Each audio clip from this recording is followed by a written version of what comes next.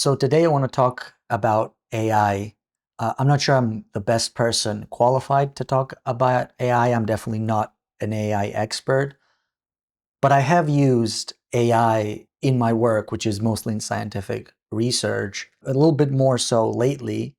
So I think at the very least, I can talk or I can say a thing or two about AI as it pertains to its use in science.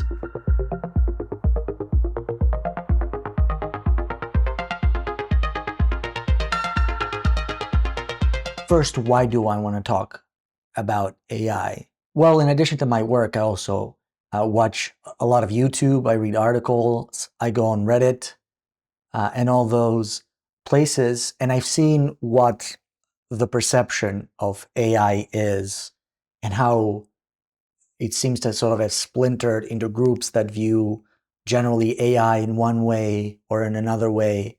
And I think some of it is strange. I think some of it is in response to the way, perhaps, maybe, to the way that AI is kind of pushed.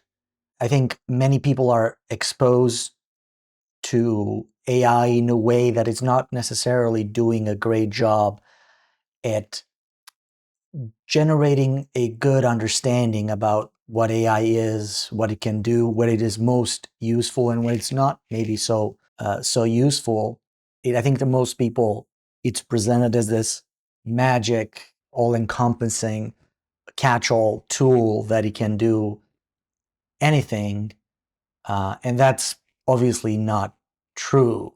At least that's been my impression of it, of the perception of AI, or at least the way that sometimes. And I'm definitely being broad here because, like I'm going to mention, AI is not really just this one thing, but it is often, when in conversations, talk is this one giant thing that is just not really how I think it should be perceived. But okay, that's slightly off topic.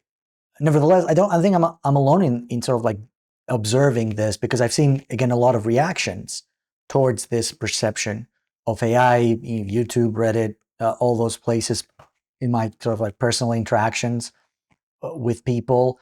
And there's a lot of, I think, understandable backlash towards the way that AI is perceived, maybe more towards the way that AI is pushed to people, especially to a general audience. And that is in addition to all the environmental impacts of AI, the societal impacts, the economic impacts. And I think, of course, that is justifiable. That said, I think that it is beneficial, it is useful that, in addition to criticizing the wrong ways, for lack of a better term, that AI is used and maybe advertised, I think it is also important to highlight maybe the correct ways, the areas in which AI has been and can be very useful. If your experience with AI start and end at tools like ChatGPT or Grok or Google's, what is it called, Gemini or something, obviously you haven't really been exposed to all the other ways in which AI has been used, it can be used. And like I said, I'm not necessarily qualified to speak on everything that encompasses AI, but I do think I can at least say a thing or two about the way AI is used and has been used in science. And that's really what this video is about. Obviously, if you saw the title, you kind of already know that. And I do realize my cat is in the background of this video. I couldn't really get her out of it, so it's just gonna have to cope with that, I guess. Um, okay. With that caveat in mind, let me at least try to attempt to demystify AI. And again, with focusing on how AI is used in science, let me try to at least explain in the simplest possible way that I can, and maybe someone who is an expert would disagree with this explanation, and maybe there are better ways out there. But I think, at least for the purposes of this video, this will do. And let me show an actual example of where we use a tool of AI in a science problem, and a problem that you may be familiar with if you've taken if you've taken some science classes, and that is the Beer-Lambert law. Okay, so what is the Beer-Lambert law? It's named after two people who sort of like are associated with discovering it and writing it down and explain how these relationships work. If you've ever taken an introductory chemistry class with a lab component, you've probably done this at this point, and it's really a relationship, a mathematical relationship that explains how the concentration of a solution is related to that solution's absorbance of electromagnetic radiation. In other words, how much of a given wavelength of light a solution of a certain concentration absorbs. And if we understand this relationship, then we can use this to make predictions, or at least to measure concentration. That's really what it is used for, at least in the context that I'm talking about. It's sometimes just referred to Beer's law for simplicity, and I think Beer's law specifically is referred to when it's applied to chemical applications. When it's applied to maybe atmospheric or space application, it's people more often use the full name, the Beer-Lambert law. But it is so easy to understand. In fact, one of my professors said jokingly that it's called Beer's law because it's so easy you can remember how to do it even after you've had a bunch of beers. So make of that what you will. And why would you want to know the relationship between absorbance and concentration? Well, you don't always know the concentration of a solution. It's not easily obtainable. So in the cases where you do want to know that concentration from an unknown solution, let's say you're measuring pollutants in a sample, or you performed a reaction in solution and you want to know how much of a certain product was generated, etc., then you can use this relationship to find out the concentration of an unknown solution. So let's go through a hypothetical example. How you do this? Well, you have a solution of something that you want to know the concentration of, like I said. So what you do is you take like a pure sample of the substance you're interested in, and you create solutions of many concentration. Let's just use molarity as an example, and let's assume that our solvent is always water. So you create a series of solutions from 0.1 molar to 0.5 molar in concentration, and then you measure the absorbance at the wavelength that you know the maximum absorbance happens. And if you don't know the wavelength, you can just do a scan across many wavelengths and find out the optimal wavelength for this particular solution. And so you measure that wavelength for each concentration, and then you create a graph, and that's how you determine the relationship. Let's try to attempt to determine this relationship for a sample set of data of absorbances and concentration. Okay, so hopefully this is recording.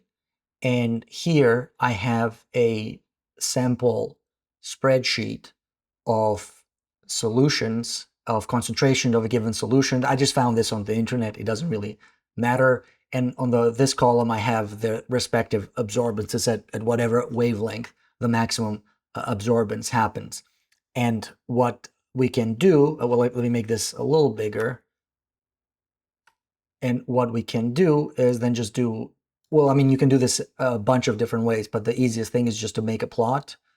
I can just insert a chart. And here we have a chart of absorbance versus concentration here. And if I just click on it, and then if I insert a trend line and also display the equation, well, here's the way that we've determined that relationship to be. That means that the concentration for the set of data that we've collected, the concentration is 0.682 times the absorbance at that given concentration.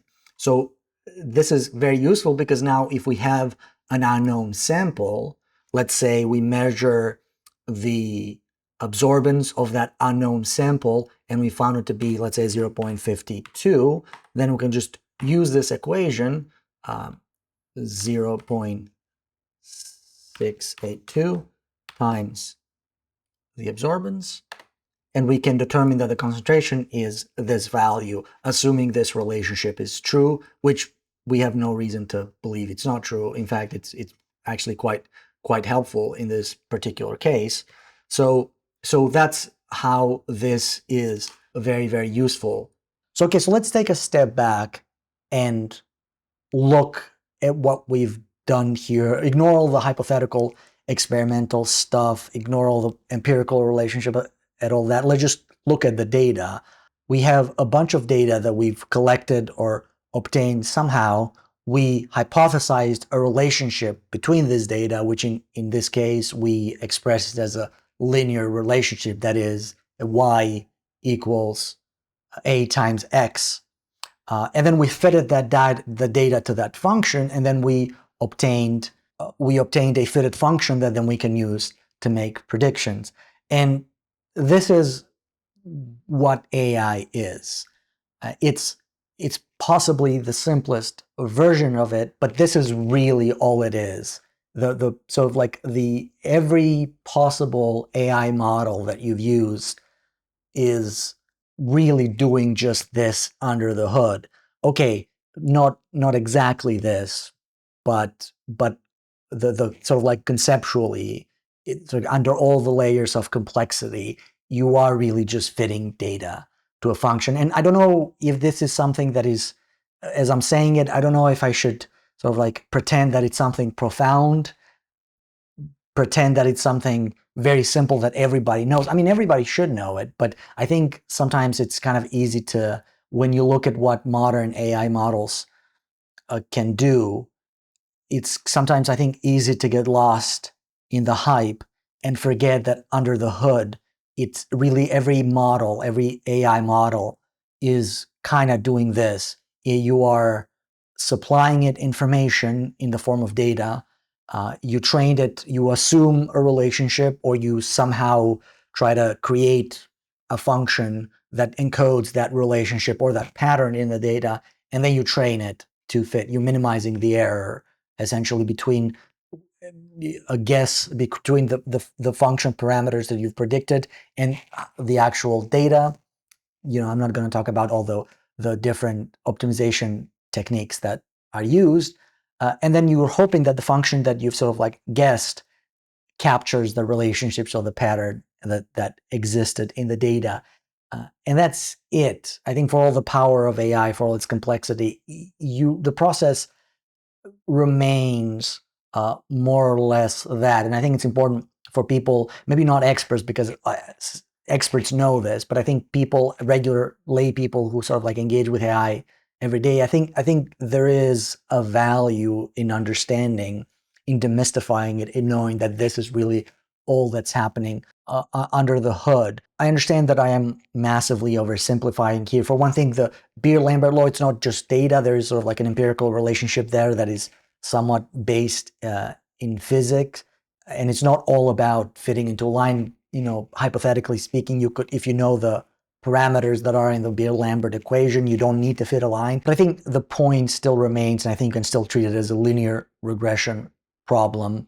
The fundamental concepts remain the same. Of course, to get from linear regression to the more complex model that you kind of encounter in your chat GPTs and your DALL-Es and all those very complex generative AI models, there's a lot of steps that are different from what we did. Well, different not necessarily in quality, but maybe different in degree. There's in the data, there's a lot of preparation that goes into it. The models are immeasurably more complex than just a simple y equals a times x. The outputs probably are processed. They're not just a number that you get at the end. All those things are very much more complicated than the simple case of linear regression that I showed here. But again, like the fundamental process is the same. And I think it's important because that helps us understand what the usefulness of AI is and what its limitations are. I have a feeling, and I could be completely wrong about this, that many people, even if they're not aware of it, don't really think of AI being just that, the process of fitting data, even if they have been presented with that at some point in their education.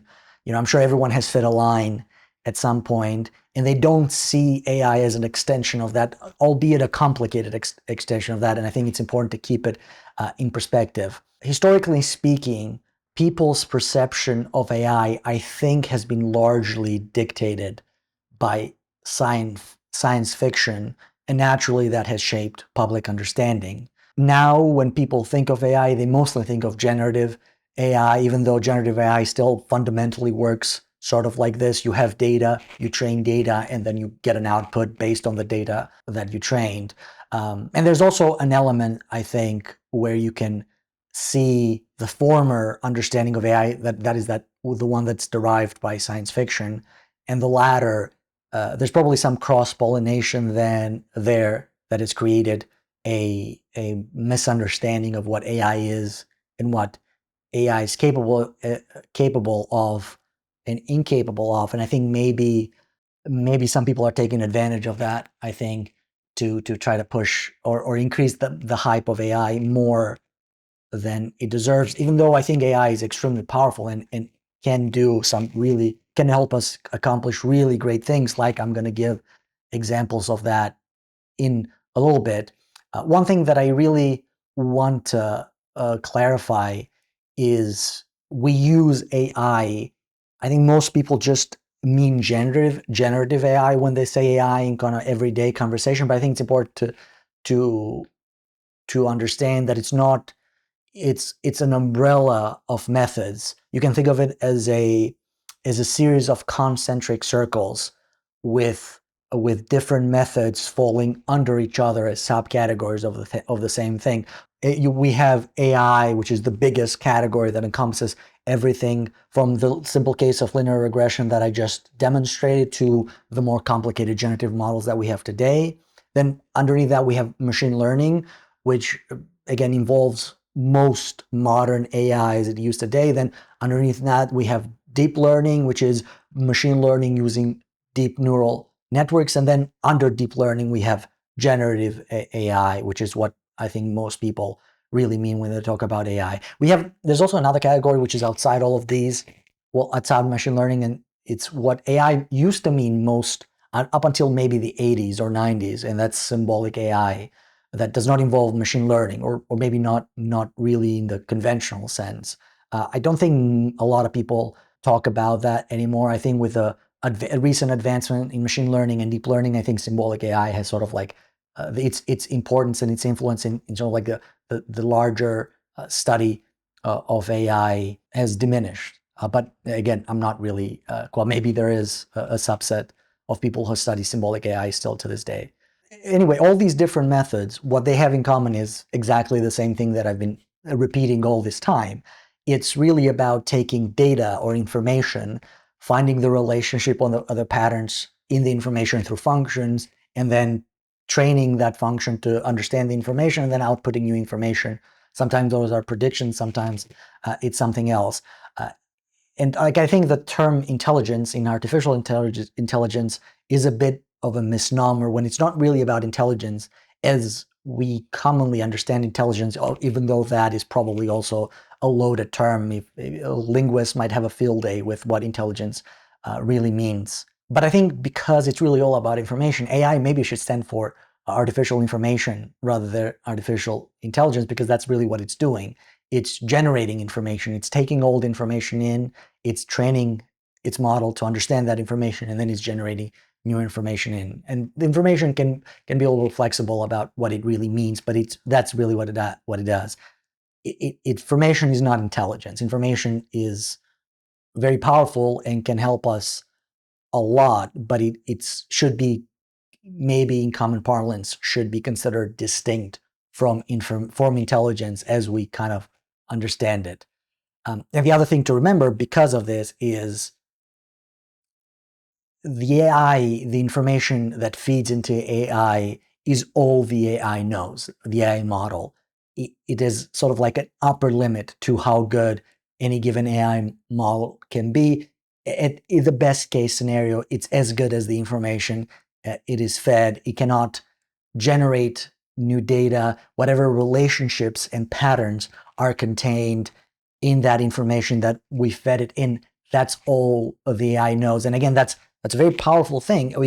AI might be able to see information that we humans can't, or might be able to see patterns in the information that we can't, but it cannot go outside whatever is contained in that information. Again, in the example of the Beer-Lambert law that I showed you, we obtained a linear curve of the relationship between absorbance and concentration. Our data was up to 0.5 molar concentration, and we just assumed that that case will be in all concentration. But maybe we can observe a case where if you go above 0.6 molars, maybe the curve starts flattening, or maybe it starts increasing exponentially or something like that. The model that we trained will never predict that. It will never see that because it was not containing the information that we supplied it. And in a case like the Beer-Lambert law, in a case of very, very simple linear regression, this is easy to understand, but it's something that holds true for every AI model, and I think it becomes less obvious to people who are maybe not experts in these models, and it sometimes can lead to overestimating what these models do. That it leads them to believing that they are more capable than the information that they have been fed to, and that's, I think, unnecessary in the best case scenario and then harmful in the worst case scenario. But again, I'm not an expert. I don't know. Maybe there is someone who can say, well, actually, XYZ, such things you're not considering. I don't know. I can only talk about the things that I have experience with. So with that in mind, let's go back to the original topic of this video, which is how AI is used in science. Of course, in science, we've been fitting functions to data for a very long, long time. And it's natural that with the AI revolution, that's what really AI is doing anyway. We didn't used to call it AI, but we've been doing it for a long time. But now that that process has been improved tremendously with the availability of new hardware and the availability of the rise of new techniques and algorithms, it's natural that those methods have been applied to many scientific areas, many areas in science. So if you saw the title of the video, you know what this video is about. Let's go into some examples of where this is used and how it is used. And for some reason, I picked 5 examples. So we will go into 5 examples, I guess, of how AI is used in science.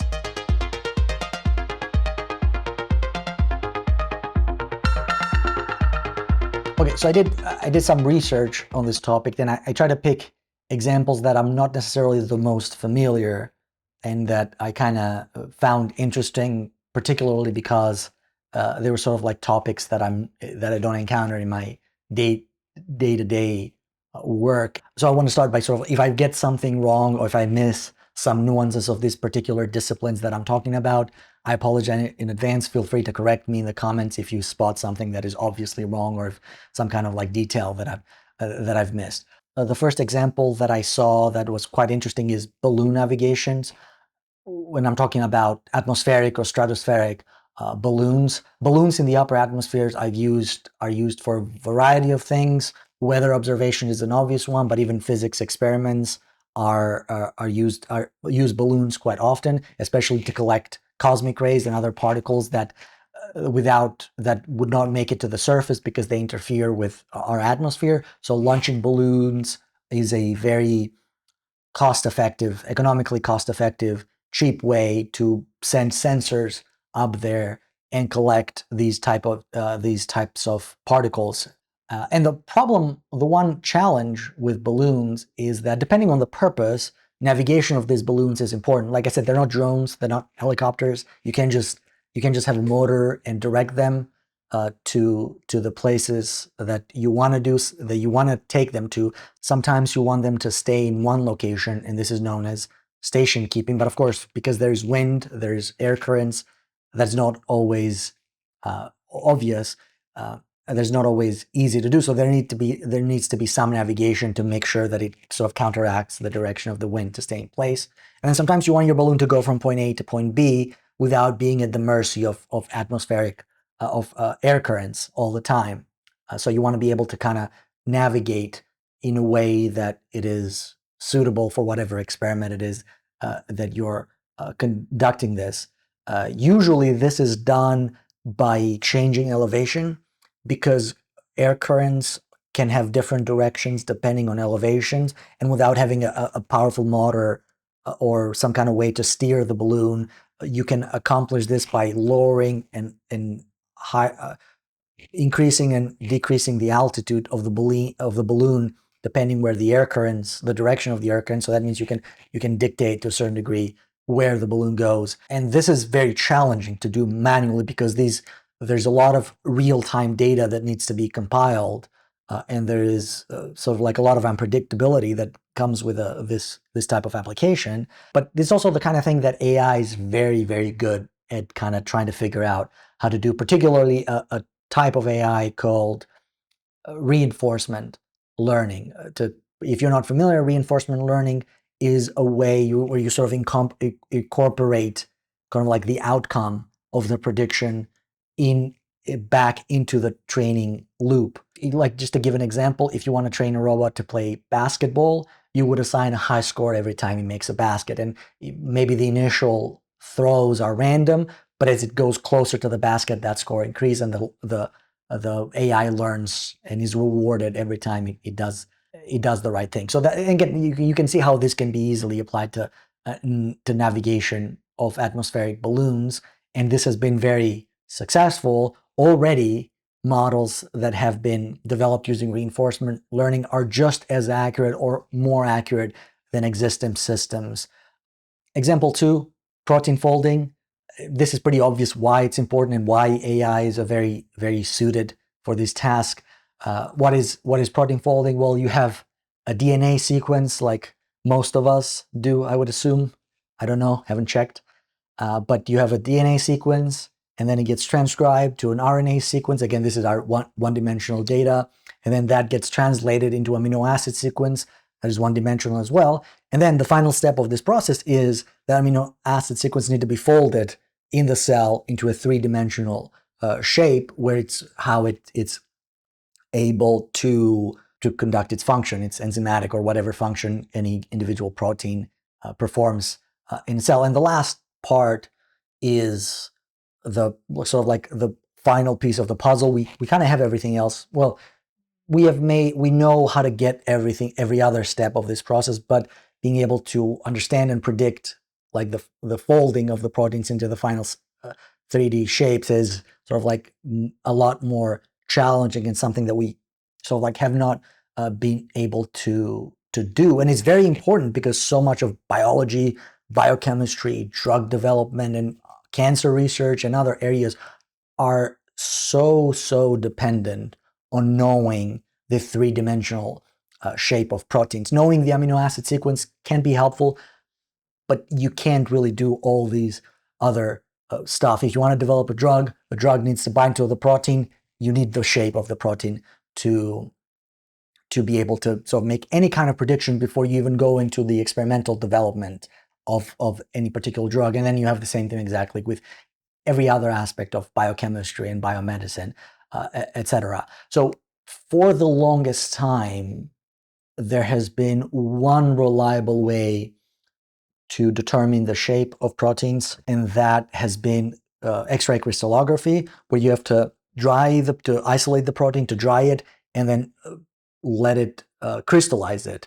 And then you measure the diffraction pattern through an X-ray crystallography machine, where then you can deduce the shape, approximately the shape of the protein. And most 3D proteins that we've had until recently, I believe, have been obtained through X-ray crystallography.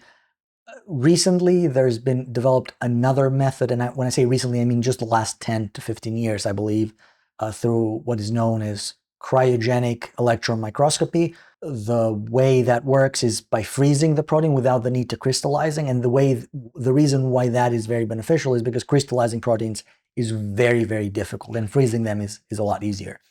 I know people who have wasted or spent years trying to get one protein crystallized. So there is a lot of effort that goes into obtaining X-ray structures of proteins, and having other methods is extremely beneficial. But even cryo-EM, as it is known, there's still a lot of effort goes into that. So throughout many years, there have been parallel efforts to develop methods to predict the structures of proteins rather than experimentally obtaining them, you have an amino acid sequence which we know how to obtain for any gene, any protein. Can you take that and then put it in a computer and then predict what the 3D shape is? Well, it's a very, very difficult problem. We understand all the physics behind the interactions between atoms and molecules, which proteins fundamentally are. But because there's so many atoms, proteins can have hundreds to thousands atoms. They're just not a machine big enough that can actually determine all the energetically favorable conformations of a protein going from a one-dimensional amino acid sequence to a three-dimensional structure of a protein. So this is something that in principle, maybe we have the theory to do it, but in practice is just computationally intractable. There is no way we can do this in sort of like with the software and with the hardware that we have today, but we have a lot of data of experimentally predicted 3D structures of proteins. And of course, we have their amino acid sequence. So can AI do this maybe more efficiently than our physics-based methods can? And the answer is yes. So this has been an effort for many, many years, but in, I believe, 2021, AlphaFold 2 came out, and it was the first model that was able to achieve near experimental accuracy with its ability to predict three-dimensional structures. And that was a huge deal at the time. Of course, just last year, the AlphaFold team won the Nobel Prize in chemistry, and then AlphaFold 3 has come out since then, which is even better than AlphaFold 2. And that has essentially solved the protein folding problem, at least our ability to predict protein folding from a one-dimensional amino acid sequence. So there is a bit of controversy with AlphaFold 3 in the sense that it was, unlike previous versions and like other efforts that have been sort of like undergone through the years in terms of being able to predict a three-dimensional structure of a protein, AlphaFold 3 was not released as an open source software because, of course, it's developed by Google's DeepMind. So that was a bit controversial. That's a discussion for another time. So I'm not going to delve into that, but yeah, let's move on. The next example is concrete development. Material science in general, but concrete specifically is an interesting example. In many ways, the issues with computational modeling of materials are similar to that I mentioned with proteins, because they're just too big to model accurately, and we have to introduce approximations, and with every approximation, there are compromises. With complex materials like concrete, the more complex the modeling becomes. And I have to confess that before this video, I knew almost nothing about concrete. I thought concrete was like a done thing. You just mix it up and you make buildings out of it. And I thought that was all we needed to know about concrete. It's actually a very, very active area of research, and there is constant efforts being made to make concrete cheaper, more environmentally friendly, and to improve the design of concrete mixes. And as a result, because of this, they have been enthusiastic adopters of AI. Just reducing the environmental impact of concrete would be a huge deal, because concrete development releases a lot of CO2. The global consumption of concrete is estimated to be at 30 billion tons, and this is expected to increase as more industrialization happens, increasing populations in some places, rapid urbanization. And a key component of this is particularly cement production, which is the main factor of CO2 production due to concrete development, due to concrete production. So having AI to analyze all the massive data that we have on concrete, so like the design, development, the way we test it and all that, and to make predictions, can help us make big strides in sort of like the improvement of the current methods that we have to reduce cost, reduce environmental impact, and also to help improve the actual current recipes of concrete that we have to make it more durable and all that. And in each of these areas, AI has been applied very massively and very successfully. And that starts from the mix design of concrete, how you mix the different ingredients to make concrete for different applications. The prediction of fresh properties of concrete, which is the properties where it's sort of like wet and it's in the process of building, viscosity, how fast it dries and all that. Those are all very, very important properties to know. The prediction of the hardened properties, obviously once concrete it dries out. The durability over time, like freeze-thaw cycles, temperature variations, earthquake durability, all of those are just like massive, massive areas of research. And the data that we have collected over the many years so that can be used by AI, developed faster and maybe more efficient methods to predict those property from maybe some sort of initial conditions like the concrete mix that it is used. So it's an area where a lot of improvements can be made from many different parts of kind of a larger industry. Okay, so the other example that I will mention is earthquake prediction. Very obvious one, why it is important to be able to do this. And also, it's something that I think most people know it is a very challenging one to do. I recently moved into an area where earthquakes are semi common, and we had an earthquake a couple months ago, and I received a warning on my phone several seconds after the earthquake had already started. Thankfully, it wasn't like a big earthquake or anything. It lasted a few seconds, 30 seconds maybe, or something like that. And but I was already hiding. I don't remember what actually my reaction was, but basically the warning was too late. And maybe it was like sometimes cell phone delays can add to that. Maybe we were too close to the epicenter and there's just nothing that you can do. Predicting earthquakes is hard. The closer you are to the epicenter, the less time you are given by the early warning system. And that's just kind of because of what causes earthquakes and how are limited we are in able to monitoring the Earth's mantle and the movement of the tectonic plates. Early warning system in general rely on the detection of P waves.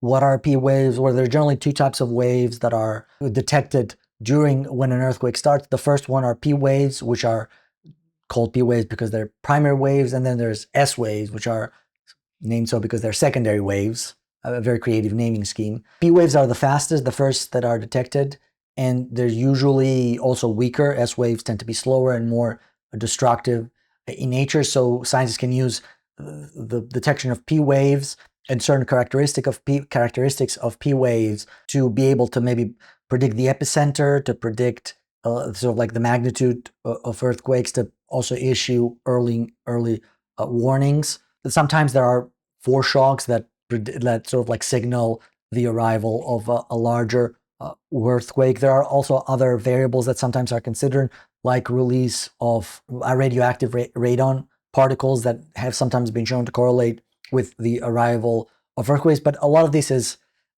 is poorly understood, not reliable. There are sometimes the problem that scientists face in this case is there are sometimes we see signals that are correlated with earthquakes, and then in other cases those signals don't correlate as well to earthquakes. And understanding all this data is again something that AI can do very, very well. And there are several ways which AI has been used in the study of earthquakes, earthquake detections, and earthquake sort of like early warning system. One really fascinating application is through your phone. That's right. If you have a phone, specifically an Android phone, there's a good chance that you are participating in this. Of course, one element that is required in earthquake detection is sensors. Stations are all around earthquake active zones, and they kind of are part of the early detection, early warning system. But now, in recent years, everyone has in their pockets a device that can hypothetically detect earthquakes. All Android devices are equipped with accelerometers, which are capable of detecting these tremors. Of course, not all tremors that a cell phone may detect, that a smartphone may detect, are earthquakes, because there's errors, false positives, false negatives, all that kind of thing.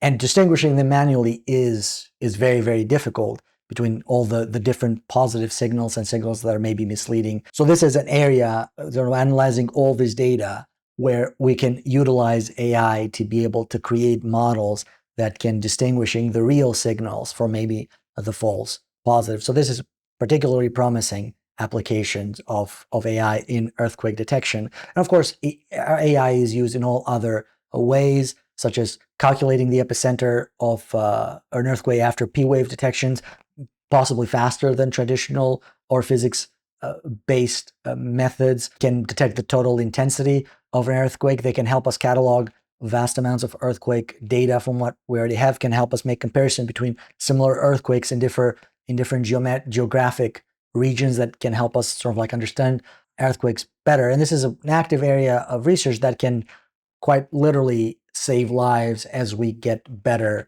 as these methods get better and we get better at detection, understanding, and early warning systems. Example 5, the last example, is in animal behavior. And I have to be honest, when I think of how AI is used in science, animal behavior is maybe not the first example that comes to mind. It still feels like a field that is very, very much on the field, hands-on type of science, but I don't really know much about it.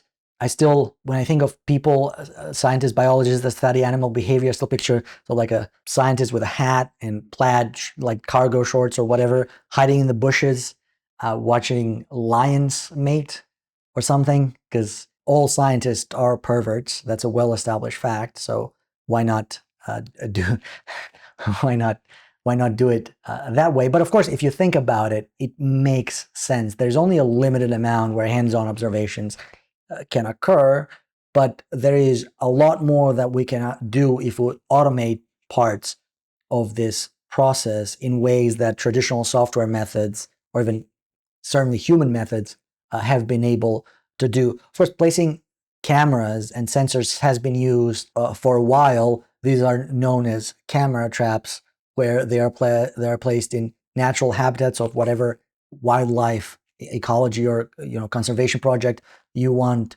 to observe. And these have been essential tools for biologists and ecologists that have enabled them to study sizes of populations, distributions, habitat use, predator-prey relations. Snapshot Serengeti is one famous example of that a lot of people know about. Is an example of citizen science, but it's also one way where automated AI tools have developed from these projects that have helped accelerate this process in a way that individual people kind of going in and labeling and determining data is not as efficient to do. Image recognition, which is something that AI has been sort of like doing very well for a while now, it's used in a lot of areas, is something that can be really helpful here, and also can be a lot more efficient, where it can look at sort of like camera footage from these sensors that are placed in sort of like the wild, and they can help sort of species detections, movement patterns, speed analysis, etc. These models are so good that sometimes can even detect distinct individuals in a pack and be able to track them. There's also ecological modeling that they're often built using computational systems to try to understand how an ecosystem evolves over time and how it responds to stimuli. And this, of course, are very complex models. And this is an area where AI, from the large amounts of data that we have on this, can help improve these models, or even maybe build new models from scratch, not unlike the models that we use to predict protein folding in many ways.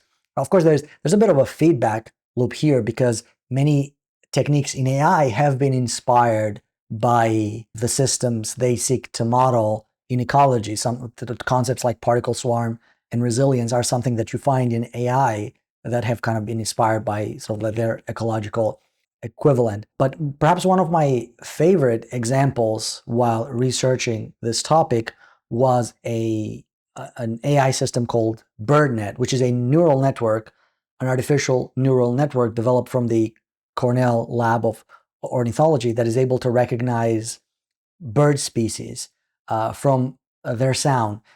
It's quite an amazing thing, and the whole thing is open source. You can just go and look at it, and you can adapt them all to whatever it is. And this is true for most of the things that I've actually talked about in this video. That's actually the great thing about government-funded research. We all reap the benefits of it. But anyway, that's a topic for another day.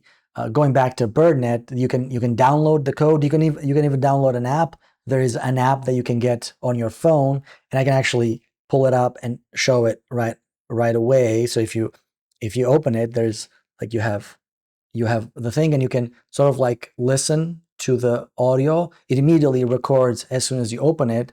And if I kind of shut up for a second, okay, paused it, I can like select an area where I want to like analyze, and if I click analyze, it says, sorry, we're not able to confidently identify any bird species because there are no birds in here, and that's why I didn't detect it. It's an amazing thing. I actually encourage everyone to download it and test it out when you're on a walk in the woods or something. If you have birds in your area, and it does a phenomenal job. I think at this moment it can recognize over 3,000 birds, mostly in the United States and Europe. But it's constantly growing. It's an active area of research, and it's a pretty neat piece of AI used in science.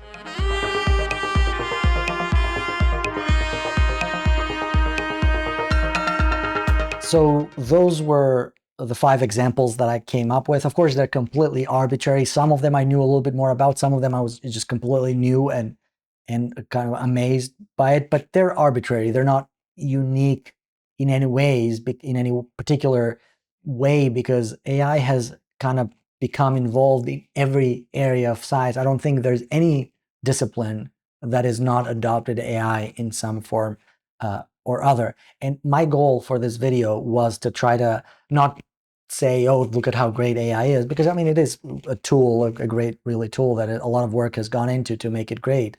But my goal, my hope was to contextualize AI by giving examples in an area that I understand, knowing what AI is and where it has been useful. I think can also help us understand where maybe it's not so useful or maybe not so important, and what it can do and cannot do well. And I'm not saying there isn't value to things like ChatGPT or other generative models. I'm not really qualified to speak on that. I'm just not sure their value is exactly the same, the one that has been sold to us. Just one person's opinion. I don't know that we should get an LLM response every time we Google something. I think that's what this really boils down to. From the examples that I've given and the ones that I've kind of seen, AI has been extremely useful when it kind of meets 2 criteria. One, they're kind of specific and focused on a task or a problem that they're trying to solve. They don't sort of like catch-all, one size fits all tool that most people encounter day to day. And the second criterion is that they are usually in the hands of experts, or at the very least moderated by experts. I think those are the cases where I've seen the most, the examples where we have gotten the most out of AI tools. And I think maybe that's not a rule of thumb that applies everywhere, but I think it's definitely something to kind of keep in mind when we engage with AI in our daily lives. Maybe it doesn't need to be in every aspect of our daily lives, but when it is, at least we should maybe think, well, what problem is this solving? And can we be confident that it even solves that problem? And I think that's it for this video. If you have any thoughts or questions, or you found something that I said wrong, please comment it down below. And hopefully I will see you next time.